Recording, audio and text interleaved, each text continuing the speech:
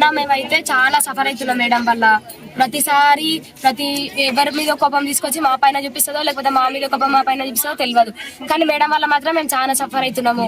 Madam మాత్రం మమ్మల్ని అందరినీ ఫుల్ టార్చర్ చేస్తుంది. ఫుడ్ విషయంలో కానీ, స్టడీ విషయంలో కానీ, ఏ విషయంలో సరే. స్నాక్స్ బెల్ కొడుతుంది, అట్లా ఆడ స్నాక్స్ బెల్ కొడుతుంది, స్నాక్స్ పెట్టి స్టడీ బెల్ కొడుతుంది. స్టడీ వరకు రాని వాళ్ళని ముక్కు చెంపలేపిస్తుంది. మేము స్టడీ చేయడానికి వచ్చినాం కానీ ఇంత టార్చర్ అవ్వడానికి అయితే మేము రాలేదు. మా పేరెంట్స్ మమ్మల్ని జస్ట్ ఇక్కడ మేడం వాళ్ళు మేము ఎట్లా చూసుకుంటామో మేడం వాళ్ళు అట్లా చూసుకుంటారు కదా, మా పిల్లలకు భవిష్యత్తు బాగుండాలి కదా అని ఒక్క కారణం మీద ఇక్కడ వేసిపోతారు. కానీ ఈ మేడం వాళ్ళు ఇట్లా టార్చర్ చేస్తే మేము ఎంత స్టడీ లాస్ అవుతున్నామో మాకు తెలుసు సార్. మేమైతే చాలా సఫర్ అవుతున్నాము. స్నానాలు చేస్తుంటే స్నానాల కాడ ఫోటోలు తీస్తుంది. మేము ఒక 1 minute లేట్ అయ్యి వస్తే నేమ్స్ రాసి ఎవరికి పెడుతుందో ఫొటోస్ తెలియదు, కానీ ఎవరెవరికో ఫొటోస్ పెడుతుంది. వీళ్ళు ఇట్లా చేసిరు, వాళ్ళు అట్లా చేసిరు అని. గర్ల్స్ కనుక చాలా ప్రాబ్లమ్స్ ఉంటాయి సార్. ఆ ప్రాబ్లమ్స్ కూడా మేడం అర్థం చేసుకోవాలి. మేడం ఒక గల్లే కదా సార్, మేడం అర్థం చేసుకోవాలి కదా. ఆ ప్రాబ్లమ్స్ మాత్రం మేడం అర్థం చేసుకోదు. ప్రతిసారి మమ్మల్ని సఫర్ చేస్తుంది.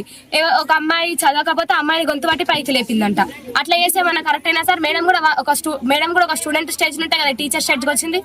మా బాధలు కూడా మేడం అర్థం చేసుకోవాలి కదా. ఫుడ్ విషయంలో మేము ఫుడ్ ఇస్తలేమని ఆ విషయంలో మమ్మ సఫర్ చేస్తుంది.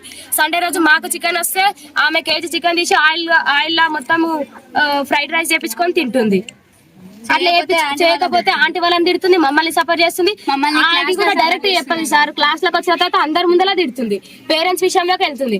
మొన్న జస్ట్ ఎవరో మేడం వాళ్ళు వచ్చి గీత మేడం వాళ్ళు వస్తే ఆ మేడం కి చెప్పినామని ఆ రోజు మీ పేరెంట్స్ అందరు పోని అని ఎట్లా అంటే అట్లా తిట్టించారు మమ్మల్ని. అయితే మేమైతే మేడం వల్ల చాలా సఫర్ అవుతున్నాము.